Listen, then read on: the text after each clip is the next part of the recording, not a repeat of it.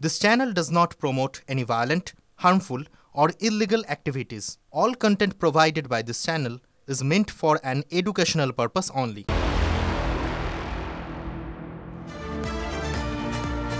জামিন পেলেন না চিন্ময় কৃষ্ণ প্রভু। নিম্ন আদালতে জামিন মেলেনি চিন্ময় কৃষ্ণ প্রভুর। ইসকনের হিন্দু সন্ন্যাসীকে পুলিশ হেফাজতে পাঠানোর নির্দেশ চট্টগ্রাম আদালতে হিন্দু সন্ন্যাসীর হয়ে সওয়াল করেন 51 জন আইনজীবী। রাষ্ট্রদ্রোহের কারণ দেখিয়ে ঢাকা বিমানবন্দর থেকে গতকাল গ্রেফতার করা হয় চিন্ময় কৃষ্ণকে। বাংলাদেশে সনাতনীদের উপর নির্যাতনের প্রতিবাদ করেন চিন্ময় কৃষ্ণ। তাকে গ্রেফতারির পর থেকেই বাংলাদেশে ব্যাপক বিক্ষোভ দেখানো হয়।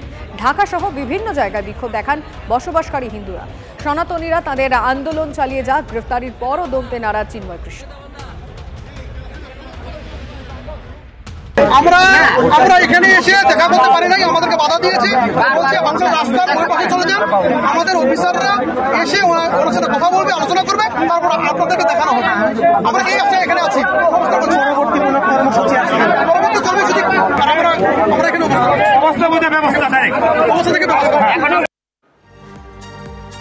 চিন্ময় কৃষ্ণ প্রভুর গ্রেফতারির তীব্র নিন্দা কলকাতা ইসকনের ভাইস প্রেসিডেন্টের। বাংলাদেশে সনাতনীদের পাশে দাঁড়াতেই কি গ্রেফতার করা হলো চিন্ময় কৃষ্ণ প্রভুকে? প্রশ্ন তুললেন রাধারমন দাস।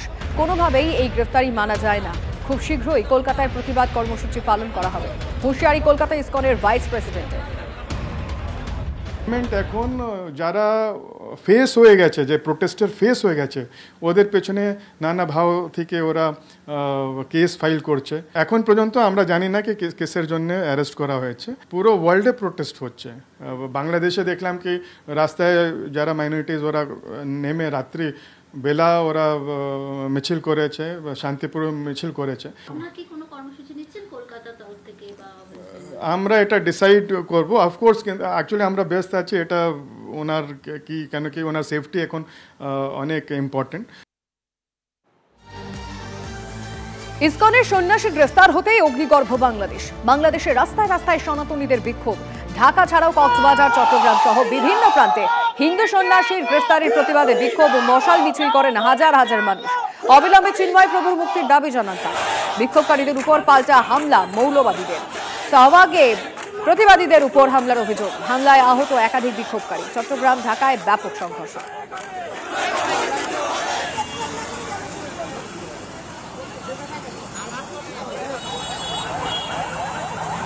সে তো এই দেশের নাগরিক, তার গণতন্ত্র অধিকার, সে সব কিছু বলতে পারবে। দেশদ্রোহী কোনো কথা বললে সেটা নিয়ে তার সাথে জিজ্ঞেস করতে পারেন। দেশদ্রোহী কোনো কথা বলে নাই, তো ধর্মের সম্বন্ধে কথা বলে, শাস্ত্রে যেটা আছে সেটা বলে।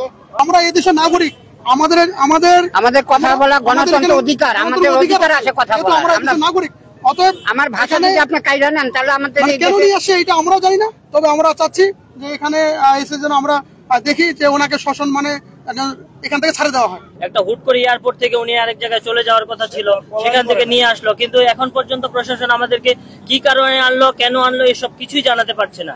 এই জন্য আমরা এখন যদি আমরা তাকে এখান থেকে না নিয়ে যেতে পারি তাহলে আমরা এখানে অবস্থান করব। প্রথমে শুনেছি যে তাকে বলা হয়েছে যে তিনি ভেতরে এরকম কাউকে গ্রেপ্তার বা নিয়ে আসা হয়নি। প্রথম যখন আমরা যোগাযোগ, পরে জানতে পারলাম যে হ্যাঁ আছে। যদি তাকে এইভাবে তাকে ডিবি কার্যালয়ে তুলে নিয়ে আসে, এটা সত্যি আমরা মনে করি একটা নিন্দনীয় বিষয়। আমাদের জায়গা থেকে তীব্র নিন্দা এবং প্রতিবাদ জানাচ্ছি। এই আন্দোলন বাংলাদেশে না, সারা বিশ্বব্যাপী এই আন্দোলন ছড়িয়ে পড়বে। ইসকন সংগঠক চিন্ময় কৃষ্ণ প্রভুকে গ্রেফতারের আঁচ বিধানসভায়। গ্রেফতারির প্রতিবাদে এবং নিঃশর্ত মুক্তির দাবি বিজেপির। একাধিক কর্মসূচির ঘোষণা। আজ বেহালায় মশাল মিছিল। আগামীকাল বাংলাদেশ ডেপুটি হাই কমিশন ঘেরাও করবেন বিজেপি বিধায়করা। বৃহস্পতিবার হিন্দু জাগরণ মঞ্চের মিছিল ও সভা রয়েছে।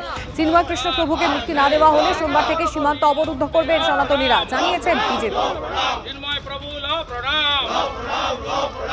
তিনটে ডেপুটি হাই কমিশনার ঘেরাও করবে বিজেপি এমএলএরা। আগামী বৃহস্পতিবার হিন্দু জাগরণ মঞ্চ কল দিয়েছে সব হিন্দুকে রাস্তায় নামতে ডেপুটি হাই কমিশনের ঘেরাও করার জন্য। রবিবারের মধ্যে কাজ না হলে বনগাঁর এমএলএ পেট্রোপোলে অবরোধ শুরু করবে সোমবার থেকে। তৃণমূল করবে না, এরা মুসলিম লীগ 2, আমরা করব। ব্রেকের পর আরো একটা বড় খবর। রাজ্য আইএএস পর্যায়ে বড় রদবদল। উত্তরবঙ্গের দায়িত্বে পাঠানো হলো খলিল আহমেদকে। উত্তরবঙ্গ উন্নয়ন দপ্তর ও জিটি এর দায়িত্ব খলিল আহমেদের। রাজ্য থেকে সুব্রত গুপ্তকে কেন্দ্রীয় ডেপুটেশনে পাঠানো হলো।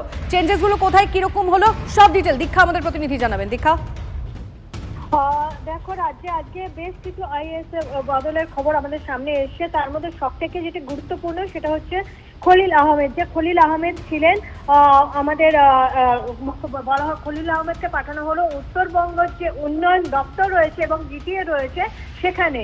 খলিল আহমেদ কিন্তু বলা যায় যে প্রশাসনের একাংশ মহলে যে বক্তব্য যে খলিল আহমেদকে মুখ্যমন্ত্রী খুবই ভরসা করেন এবং শুধু তাই নয়, কলকাতা পুরসভার যে মেয়র ফিরহাদ হাকিমেরও অত্যন্ত ঘনিষ্ঠ এবং খুবই কাছের মানুষ হিসেবে নয়, কাজের হিসেবে তার উপর ভরসা করে থাকেন মুখ্যমন্ত্রী এবং মেয়র ফিরহাদ হাকিম।